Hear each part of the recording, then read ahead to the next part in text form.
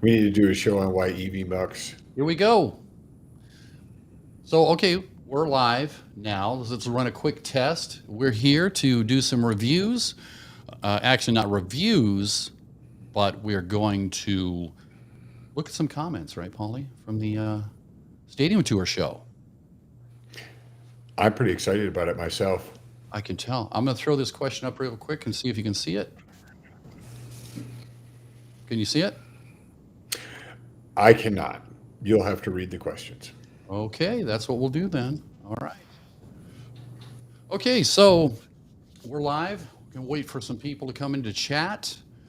And let me get that going here somewhere. It's a group chat right there. Okay. All right. Let me kick this up here real quick.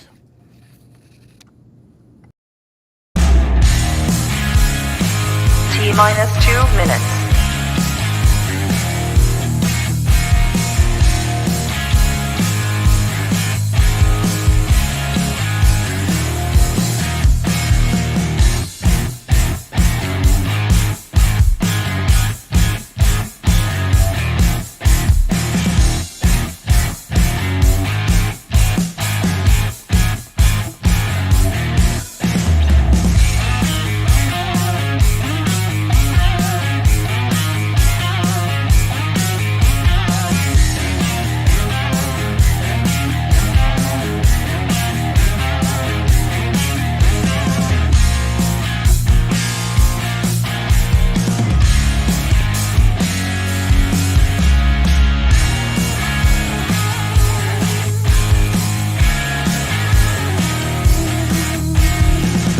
T-minus 1 minute.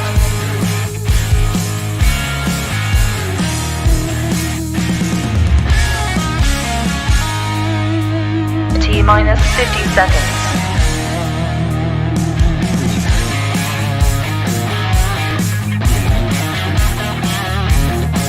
T-minus 40 seconds.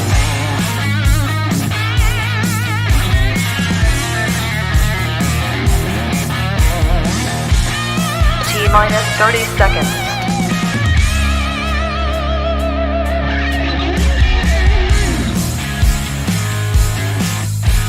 T-minus 20 seconds.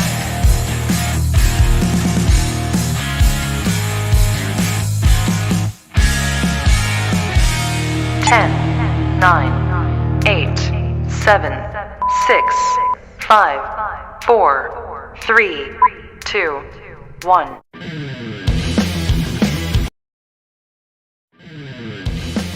This is the Boulder Zone. The fusion of masculine advice and entertainment. This is Sparta! Here's your host, Marco. Hey, Boulder. fellow interwebbers, here we are for another late night version. I'm here with my buddy Paulie. Hey there. How you doing, buddy? Pretty darn good. How are you, sir? I'm doing crunchy. I love that word. You know, like peanut butter, crunchy peanut butter, crackers. Anyway, Captain Crunchy. Captain Crunch. That fucks with the roof of your mouth, doesn't it? Yeah, Yeah, but the Crunch Berries are worth it. they sure are. Folks, we're running a little late today. Wanted to come on about 8 o'clock our time. Had a little technical difficulties with the live show, but thanks for watching it. You're probably watching it now on the rebroadcast. We encourage you all to come in as soon as you can.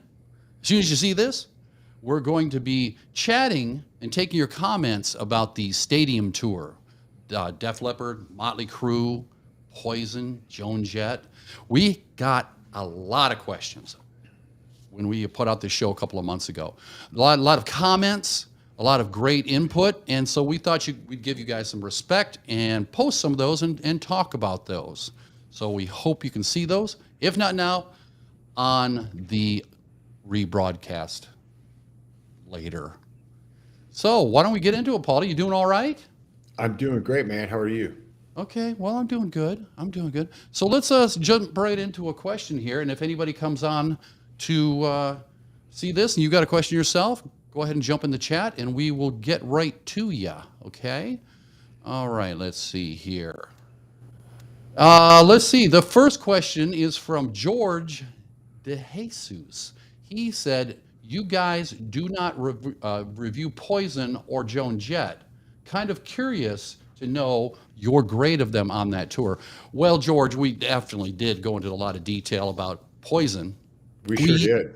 Yeah, we missed Joan Jett, and that was my fault. I got in there late and just caught the last couple of songs, but what a consummate artist she is. I mean, she was really closing the show out strong.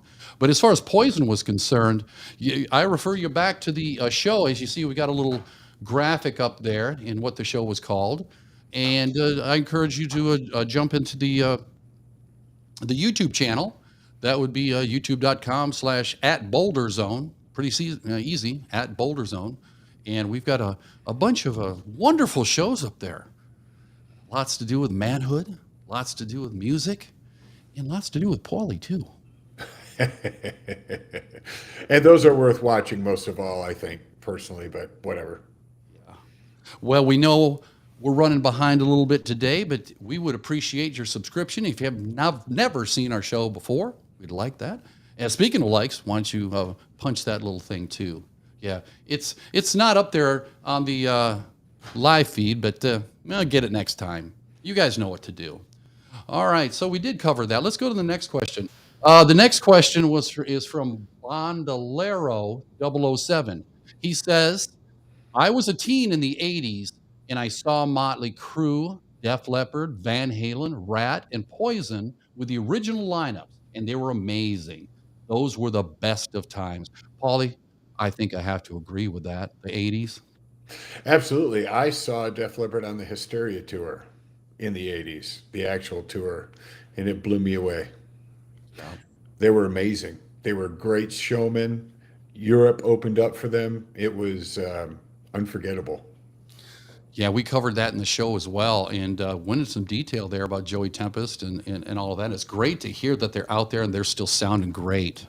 Yeah. That's a band I sure would like to see. We've got a lot of comments we'd like to cover. The next one is from Jake James. He said, "I think Poison was the best performing band on the tour." Well, I have to agree with you. The production for Def Leppard and Motley Crue was off the hook. The production. Def Leppard did an outstanding job, and we've got some questions coming up about the backing vocals. But Poison, just pure performance, raw show. They came on when it was still kind of light out, not a lot of light, and they brought the show. So I agree with you there, Jake. Thanks for the question, or thanks for the comment. The next one's from Rodney Carver. It says, "I've seen Def Leppard numerous times on the Pyromania, Hysteria tours, and on and on and on. I've never known him to use backing tracks, but they're always awesome." So here we go. We're going to have a few of these peppered through here. And I think when Paulie and I were talking about it, he was referencing the show you saw. Is that it? Yeah, the show I saw in the 80s. In that show that you saw in the 80s, you were pretty certain that they'd use backing tracks at the show you were at? I mean, unless they had Mutt Lange backstage and 16 other people that sounded just like him singing background vocals, I'm pretty sure they did. I mean, it was epic. It was awesome. And they probably should use backing tracks because those background vocals by Mutt are a really big part of the sound of their band. And I honestly don't feel like there should be any shame in using them. Yeah. There's a lot of people that really side strongly with Def Leppard and when they say they never use them. And I can understand that. But folks, there's really nothing wrong with that, especially when you're getting at the twilight of your career. Yeah, every bit of support you can get would benefit the audience, obviously. So I agree, Paul. I'm not really, I don't really have an issue with that myself, but we'll address those comments as they come up. The next one is from Opal Storm. Regarding Joe's voice, he had problems and couldn't sing on the cruise. I think they're probably thinking of that Monsters of Rock cruise, maybe. I don't know. Maybe they had a Def Leppard cruise. I'm not sure. They have a vocal coach that they work with, and Joe's doctor went from, quote, your vocal cords won't recover to jumping back and seeing healthy vocal cords. What I get, thanks for that comment. What I get from that is you probably saw him. He had a rough period. Most singers do. You get Sure. follow-ups, things happen, environmental changes. Trust me. A matter of fact, we had a show where I completely lost my voice. Remember that, Paul? But back in the late '80s, and it was pretty stressful. But there's nothing you can really do about it but see a doctor and take the time it needed to treat it. But it sounds like he's got a good doctor, because now there's the things I've seen recently. He sounds amazing.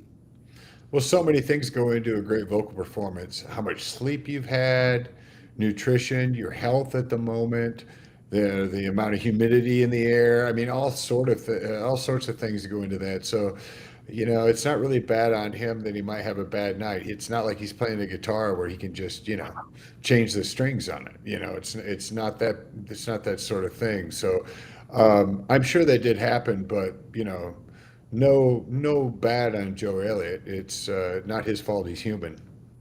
True. Our next comment is from R.E. R.E. said, I was not a Poison fan in the 80s, but I have seen them several times, or Brett solo, and they've got such a positive vibe. The crowd really gets into it. Brett is one of the best front men of all time. Same for Elliott of Def Leppard. Not a lot you can disagree with there, right, Paulie? No, I think that a lot of Poison's thing is that Brett is such a positive dude and such a great front man, and there's absolutely nothing wrong with that. He is an entertainer. He gets that it is the entertainment business, not just the music business. And that's a key point. We've covered that in a couple of shows now, how a lot of young musicians really just focus on the music business side when they're kind of missing the bigger picture in why they're there. If it's at a bar or if it's at a theater or a major venue, people want to be entertained. Right. Absolutely. A lot of the new bands that I hear, not necessarily bands that have made it, show up with some amazing playing, but it ends up just being riff salad when really what people want to hear is a great song. Right. Our next comment is from David Groom. It says, and one more thing. Maybe he had another comment in there that I didn't see. Typical groomer. Sorry. Oh, I love it. Thanks for your comment. He said, and one more thing. You guys hit it on the head, hit the head of the nail on the head. Is that what he said? Let me read that again. And one more thing. You guys hit it on the head of the nail on the head. Okay. Sure, we get it. As far as what you would give Motley Crue for that concert, I would have given it like a D-, more toward an F+. We kind of struggled there a little bit when we gave our review on them, didn't we, Paulie?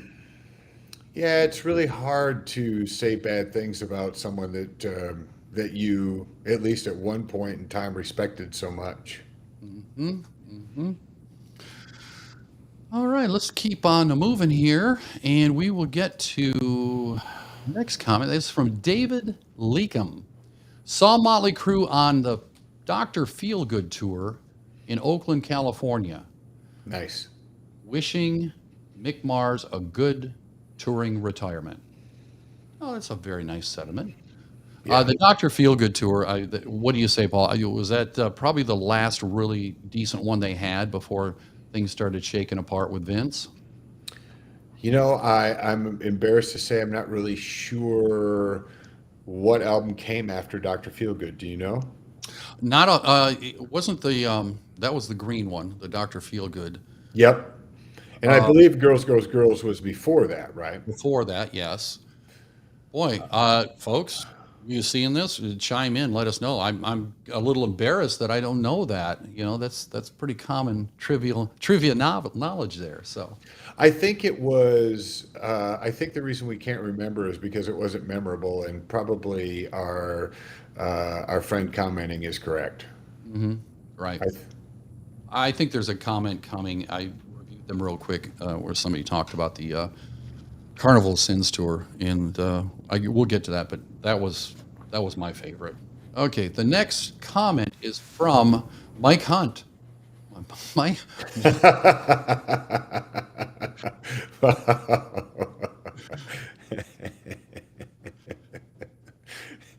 Good going. yes, my mouth was open on that one. So it says, Marco, I'll give your show an A-. That's good. Accurate, fun, and thorough. If you guys would have known Bobby Doll's footwear preference, I would have given you an A. And he said, I think it's New Balance. Keep up the good stuff. Well, good one. Good name. Good comment. He's kind of poking fun of how we went into great detail about Bobby Doll's stage wear. And Yeah. I think we talked about his tennis shoes for a minute there. Yeah, we talked about that and basically agreed that if you are going to be the bass player for Poison, we don't expect you to look like you did in the 80s. But holy cow, look at Brett. I mean, he still looks great. He's kind of updated the look, and CC even. But Bobby kind of showed up like he just got done gardening or something. And I'm like, oh, Bob, come on, buddy. Yeah. I think he definitely picked his clothes from the I don't give a shit line wear, which is, I guess if the rest of the band lets him get away with that and he doesn't care, then it's just up to us to criticize him, I guess. I suppose so. Mike Hunt, thank you for the comment. This next one is from Roy Grigsby IV. The way I see it, I'm just thankful to have been able to see all three wonderful bands, especially my favorite, Motley Crue. I never thought I'd be able to see them all. They all did amazing. Well, that's just an overall nice thing to say. That's a nice thing to say. Yeah. Probably probably a little tone deaf, but that was a nice thing to say. Roy, I love you. I do too. Our next one is from Dalton Riley. It says, Motley Crue in 2022 is a hard pass. I think a lot of people feel that way. Yeah, I think you're in the majority there, buddy. Right. Thank you for that. Adam Schwass. Marco is great. He does look like a cross between Michael Sweet and Garth Algar, though. He says though at the end of that, like that's a bad thing. Oh, I'm sorry. He said in this cast. I thought it said though. Well, I thank you for the compliment. I'm going to stick with the first part of it, and I'll even go so far as the Michael Sweet part. But that's kind of been a running joke between Paul and I, because we did see this before, and I think I mentioned to Paul, and he said, you need to change that. Oh, I don't think you really need to change anything, buddy. Oh, what a good guy. Thank you. Our next one is from Sile Coco. I saw the stadium tour. Def Lep did not use backing vocals. That's not what was in question. I agree. There was no backing vocals as far as tracked on the stadium tour, the show that I saw. The comment was what Paul believed at the show he saw how many years ago? Yeah, 30 some years ago. A long time ago. And there could have been a lot of reasons for that. Yeah, they wanted to sound great. The same reason they probably should have had backing tracks for the stadium tour. I mean, nothing against Def Leppard, and I certainly, I applaud them going ahead and trashing those. If indeed I was right and they used to have them, maybe I'm wrong, but I don't think so. And it's really great, and I understand it's commendable to go ahead and just say no, we're going to sing everything, but when it's not awesome, just because what's on the record is not really possible live. Like I said, unless you have 16 Mutt Langs underneath the stage singing along, it's just not going to happen. So totally true. They did not have background vocals on Stadium Tour, and that's totally fine. But in my ever to be humble opinion, they should have. Our next comment is from Paul Thorenson. Yes, Carnival of Sins has to be the best concert tour I've ever seen of Motley Crue. I just said that a few minutes ago. That's just, I wish I would have been there in person to see it. I just Me too. saw I the didn't see video a it. dozen times, but what would you say? I'm sorry. Yeah, I didn't see it either, but I wish I had. Very great. Just fun production, real edgy, and they all sounded great. They all looked great. Next one is from Andy Rhymes. Got a long one here. I'm so glad someone put this in perspective. Vince Neil, I think, like you guys said, should retire. There's nothing wrong with that. But when you're in a band and you're different ages, it's sort of awkward because you all aren't going to retire at the same time. You know, I'm still blown away that they are still touring. I think if he got back into shape, he would do way better. When you're overweight at that age, you really get down on yourself. But yeah, he would be way better if he trimmed down. But I love the guy. He's made his mark. Anyway, guys, love your show. Stumbled upon it and love it. Take care and rock on, Marion County, San Rafael, and remember, happiness is a cigar named Hamlet. All right. Well, Andy, thank you so much for digging the show. We really appreciate that. Yes, that means a lot to us. That's one of the main reasons we do this, is to entertain you and enlighten and inform you. So really appreciate the thought that went into your comment there. The next one is from John Michael Kane. The only thing that matters to Nikki Sixx is Nikki Sixx looking good on stage. That's it. I think there's a lot more that matters to Nikki Sixx than just how he looks on stage. He's basically managed that band since the onset of it.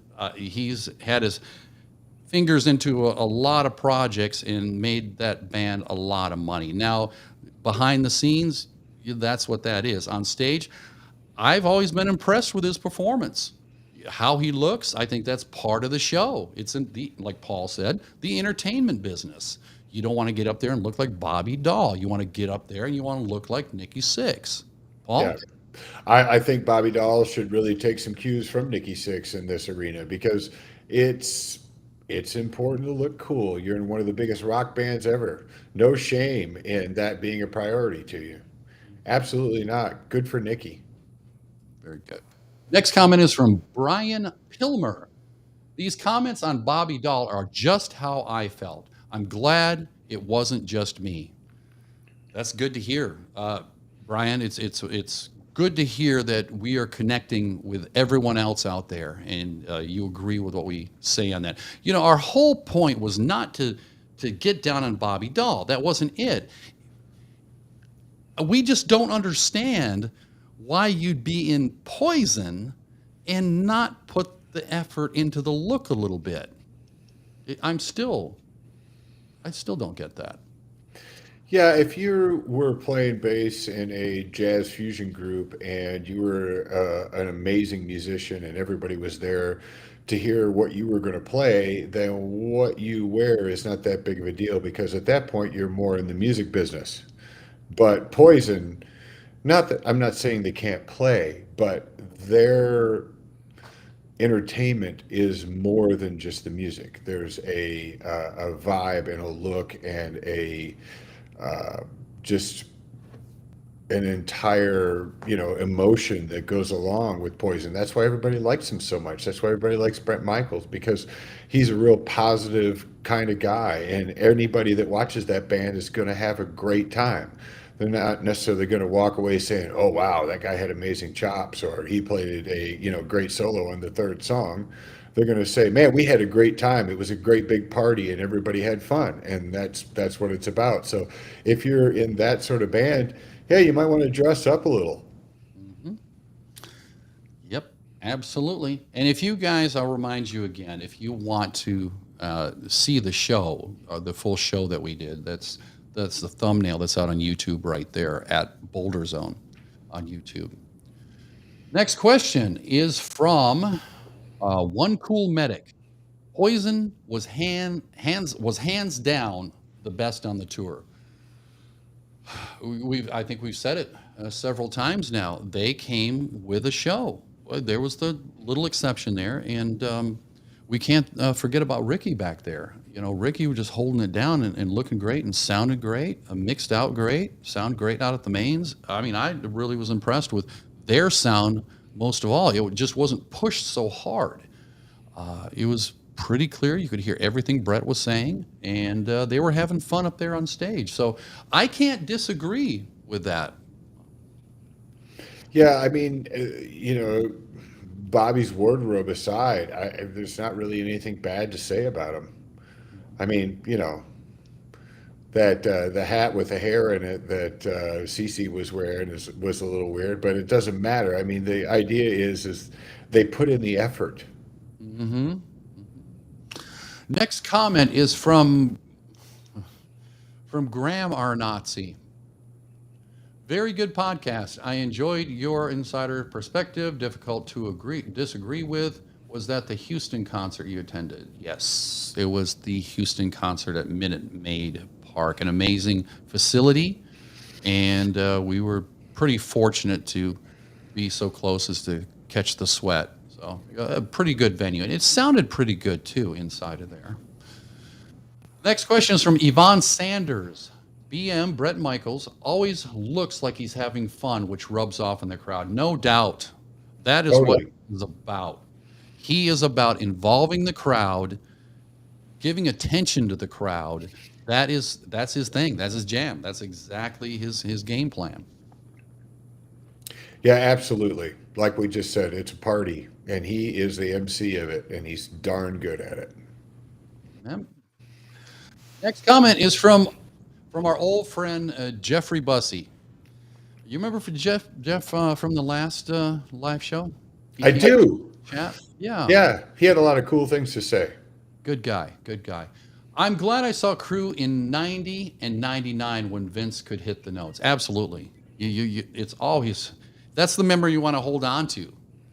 That band from the heyday.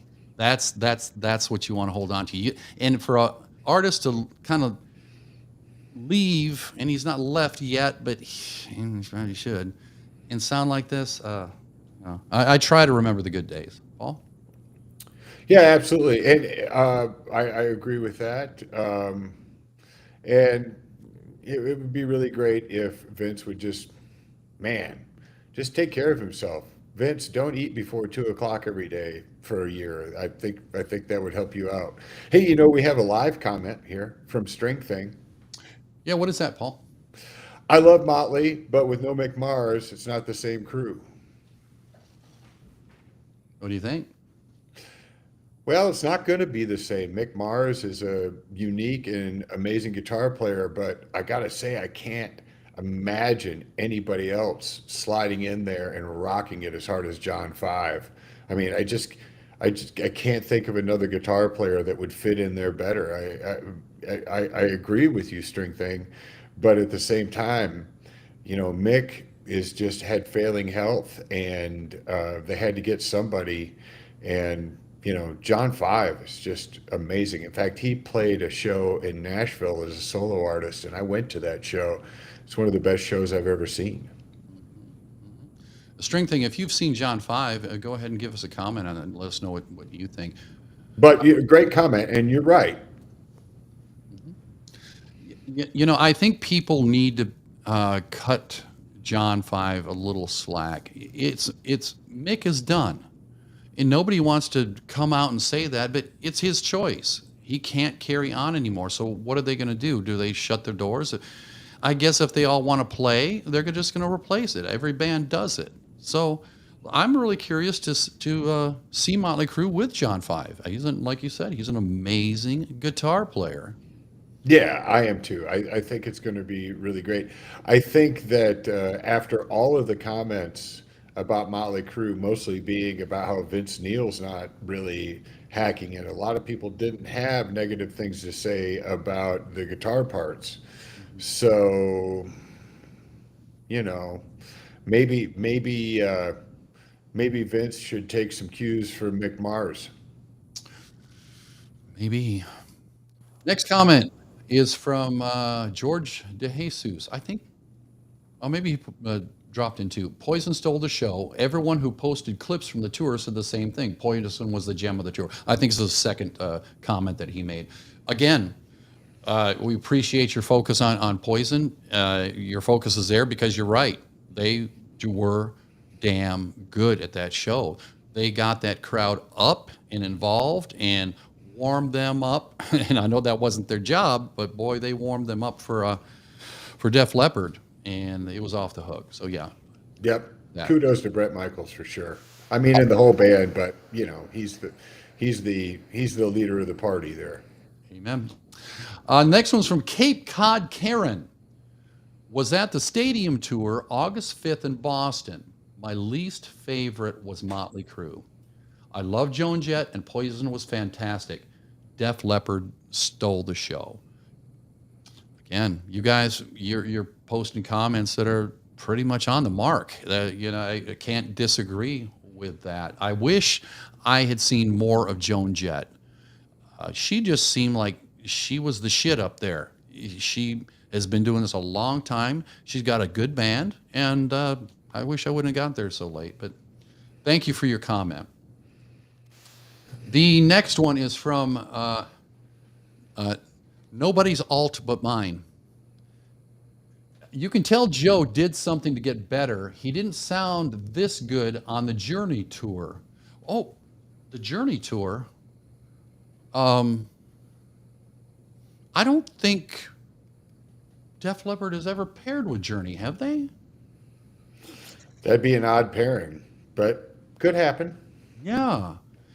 If you see this in the rebroadcast or pop in, boy, send us a comment about that. I'd like to know more. Maybe they did something years and years ago.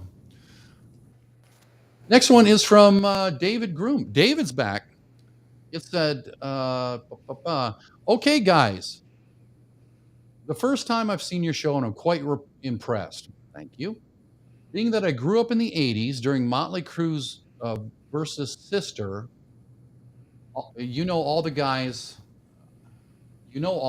so I'm with you. I mean, we watched and still go from OK Singer to this crap shooting in his voice now.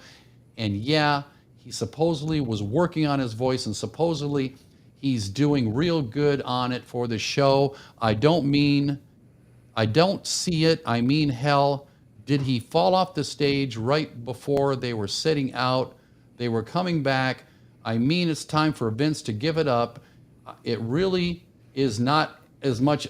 Okay, I've got to stop here. David, I liked your first comment, but dude, use a fucking period. Shit. David writes like I do. It's okay, buddy. I get you. I understand. I'm trying to do that what is that? The short breath breathing thing, the half breath, so you maintain air in your lungs while I get through this. Sure. David, I'm fucking with you a little bit, but I appreciate your comment. Thank you so much for that. The next one is from Aiden Wrestling. Another long one. One thing I just wanted to mention about Def Leppard. When you guys talked about them and said they were all on tracks, that's completely wrong. They don't use pre-tape backing vocals. Every member of the band sings and has for 4 decades. Phil, Sav, Vivian do a fantastic job with backing tracks, and you can tell it is their voices and not a track. All anyone talks about is how they use backing tracks when it's not even true. Every member of the band sings, and Phil does a great job carrying the band with his raspy and screamy backing vocals. And the reason they pull it off is because Mutt taught Phil and Sav how to sing. Yes, I do agree that Vivian's voice doesn't really blend in well with the kind of sounds, and it kind of sounds weird, but Phil can 100% sing, and there's no tracks. Other than that, good video. Aiden, pay attention, man. We said that they definitely did not have backing tracks on the stadium tour. The comment about having tracks was 30 some years ago during the Hysteria tour. And, I'm going by memory. It was a long time ago, but I'm pretty sure they had backing tracks back then. If anybody knows for real, and absolutely knows, that'd be great. I don't think Mutt Lange probably taught them how to sing. I think they probably already knew how to sing. They're very accomplished musicians. They know what they're doing, but there's just no way that many people on stage, no matter how well they sing, is going to sound like the backing vocals that are on the Def Leppard records, or the Cars, or Shania Twain, or any of the artists that Mutt sang all the background vocals on. It's not going to happen live. It doesn't matter how well you sing when there's only 3 or 4 of you. So we're not saying that they didn't have. We're not saying that they did rather have backing tracks for the stadium tour. We're just saying that I personally am pretty sure they did 30 some years ago during the original Hysteria tour. And Paul saw one show. Yep. He didn't see every show on the tour. So he's not saying that whole tour they used backing tracks. Again, they may have, and I trust Paul's ear because he is an audio engineer. He's a producer. He does this day in and day out. Maybe there was a reason they did it that time. No answer. So again, like what Paul said, go ahead and leave us a comment if you've got something there. I would have loved, we talked about this before the show, but we were just pinched with technical issues and stuff like that, and doing a deep dive and trying to find that show somewhere on the internet and really kind of listening in and bringing it forth here. If you guys have something like that, please do present it. Send me a link in the comments. I would like to see that. Next comment is from Jay Gorley. All Jay has to say is rock and roll all the time. Couldn't agree more. Rock on there, Jay. Adam's back. Adam Schweiss is back. Motley Crue was my favorite band growing up. They were run to watch at Wrigley, and the crowd certainly livened up when they hit the stage. But they were not at the level of performing like Poison and Def Leppard. They relied on the lighting and turned up the bass and drums to 11. I would say that's probably pretty close with Motley Crue. Boy, they were just slamming. And we know why bands do that. As far as Def Leppard, I thought, I even went back, stepped toward the back of the floor there to get a good listen to them better, and I thought they sounded great. Their front of the house guy knew what the hell he was doing, and honestly, I think they all do. If they change something beyond their taste, it's because the artist wants them to, or something like that. What would you say, Paul? I think that at the level they're at, and it's hard to be at a much higher level than they are or have been. They have the very best audio engineers absolutely willing to go out on the road with them, and they know the difference at this point between the good ones, the bad ones, and the best ones. So I'm sure that whoever was running their front of house knew what they were doing and was doing what the band wanted to hear. There you go. Next comment is from Jennifer Rogers. I saw Vince with Jeff, Dana, and Zoltan this time last year on Fremont Street in Vegas. He sounded amazing. Vince needs to, number 1, get rid of his life-draining girlfriend he has. Number 2, get back into shape. Number 3, and quit drinking. And number 3, get some major therapy about everything. But I have to say, let me comment on one piece of that. If he has a life-draining girlfriend, boy, that folds right into the theme of this show. Maybe Vince needs to, nut up a little bit. and maybe get some testosterone injections and work shit out with his girlfriend. I just any person that runs roughshod over somebody else is, I got to throw the bullshit flag in that. But I hadn't heard anything about his relationship. I don't pay a lot of attention to it. But if that's the case, there's therapists, and then they've got enough money to see one. Jennifer definitely has the inside track on his personal life a lot more than the rest of us. We'll just have to leave it at that, I think. Who was she talking about as far as Jeff, Dana, and Zoltan? I have no idea. I don't know. Is that the names from his band? The Vince Neil band? The bass player and the guitar. I don't know. Yeah, I mean, I have no idea. I probably most people don't for a reason. Next one is from Troy Wigglesworth. What a great name. That is a great name. Isn't that great?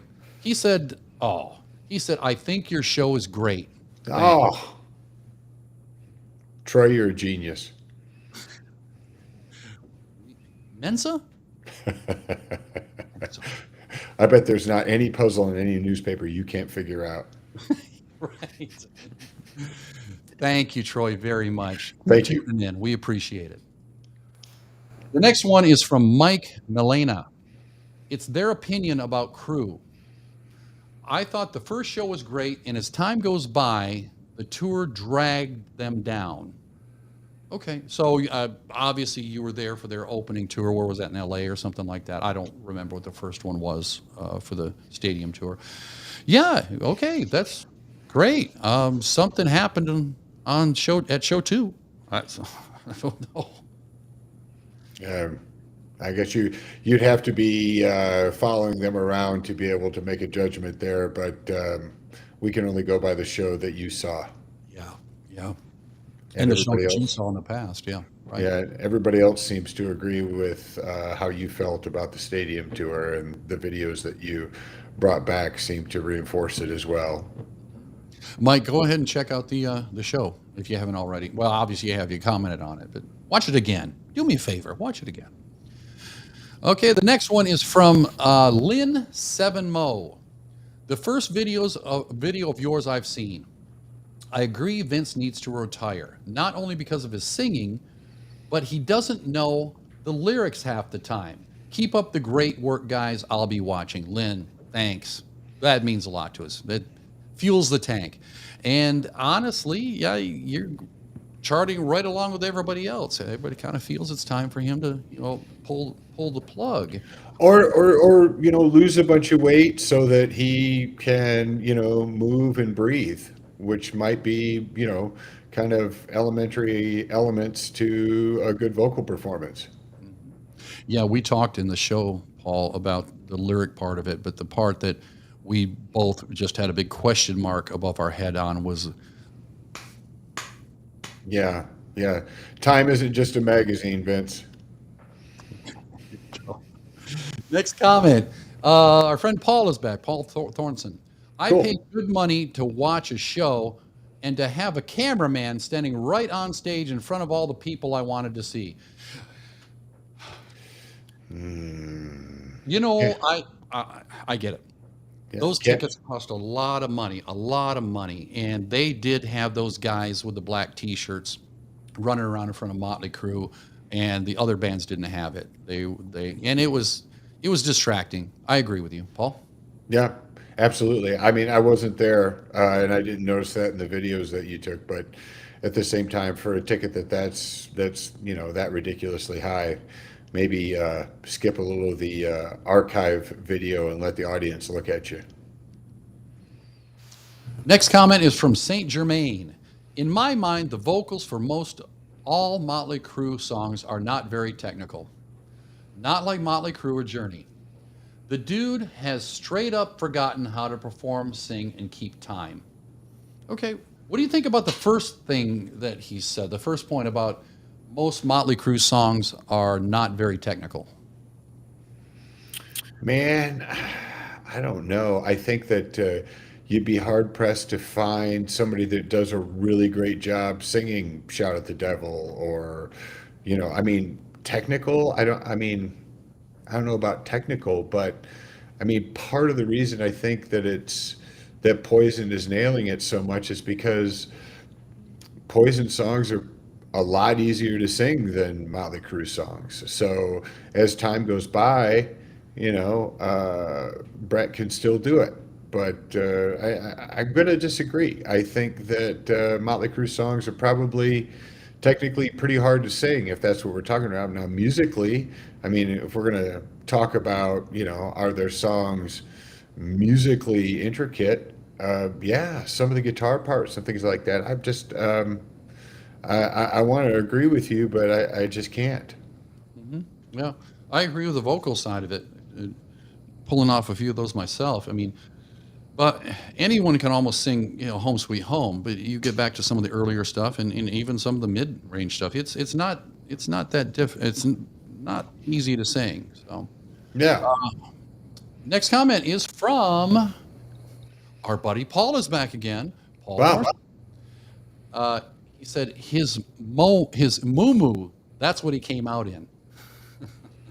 Remember that? I think I put a clip in the show where he came out in that long silk open front thing, and I believe, what did I refer?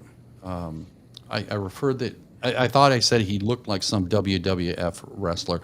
There's a reason why he's dressed like that, and we all know why. We don't have to beat him up about it, but yeah, if the man would just do this from the dinner table a little more and work on his health, I think his singing would definitely improve. So the next comment is from Adam Patriots fan 571. I've seen my crew twice, and he sounded terrible. Full time, he hasn't gotten better, and he doesn't even try to get better. Again, you guys are all saying the same thing, and I can't be in much disagreement for that. I wanted to, when I kind of looked through these and put them in the show, I wanted everyone to know that you all agree with each other. So, next one is from P-40 Tomahawk. Oh, what a great airplane! That's a World War II fighter plane.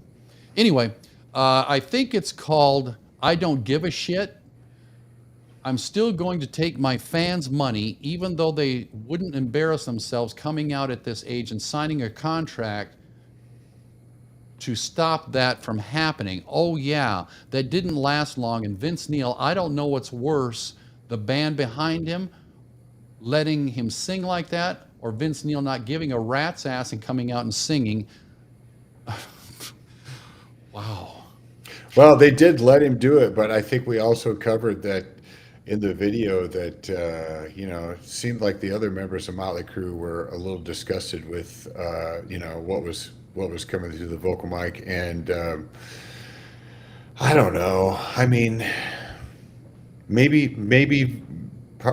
Vince sounds like he does because he can't tell the difference between good and bad anymore. I mean, I played with some artists that as they got older couldn't, one in particular that just quit being able to hear a pitch, and he didn't really know that he sucked, as he got older. So maybe that's what's going on with Vince, but I don't think he's that old, and I think he knows what's up. And I think he's just not willing to let go of I can't even say that. I don't know. I don't know why he's doing it, but I'm going to have to agree with P-40 there a little bit. Well, that's the last comment that we have, and there were a few more in there, folks. Some of you wrote some really long ones and really thought-provoking. I want to thank you for those. We just could not fit them on the screen. You wrote book, like a book. But I made sure that I commented and liked that, and I really, really appreciate you putting that much thought in commenting on that show. We did, it was a very successful show. I think we're tickling 24,000 views on it. So we appreciate that. We appreciate all the viewers to come in and look at that. And Paul, is there anything that you have that you want to cover before we sign off this evening? I think before we sign off, I'm going to do a real quick installment of unfairly judging other people's art. Okay, that sounds. Close it out. It's this is just a little bit of a Frank Zappa song. A nice little jaunt into the touring life of a musician, specifically the Crew. This song's called Crew Slut by Frank Zappa. And I'll just give you a few lyrics for our outro here, okay? I know you're probably getting tired of all the local clowns. They never give you no respect. They never treat you nice, so perhaps you ought to try a little friendly advice. Be a crew slut. Hey, you'll love it. Be a crew slut. It's a way of life. Be a crew slut. See the world. Don't make a fuss. Just get on the bus. Crew slut. Add water. Makes its own sauce. Be a crew. I know, that's a good one. Be a crew slut. So you don't forget, call before midnight tonight. The boys in the crew are just waiting for you. There's a lot more in there.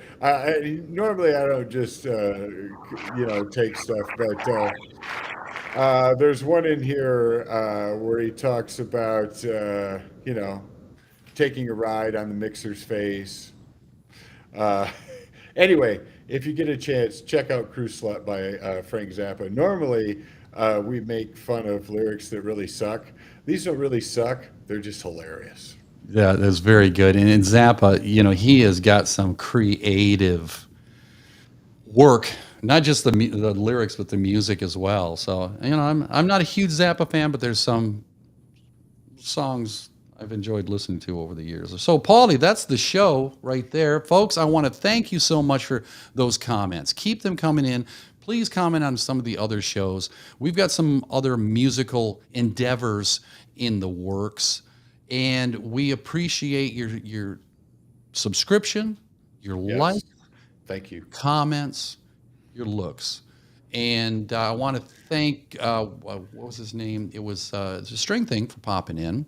I know we kind of came on a little late here today. We wanted to get in sooner before people started tuning into evening television. But look, you know what? It is what it is. It's a late night show, and we enjoy doing it. We enjoy bringing it to you. And I thank you, Paul, as always, for hanging in there after having such a long day and helping with the technical shit that slowed us down in the onset. It's my pleasure. Okay. I hope we get to do it thousands of times more.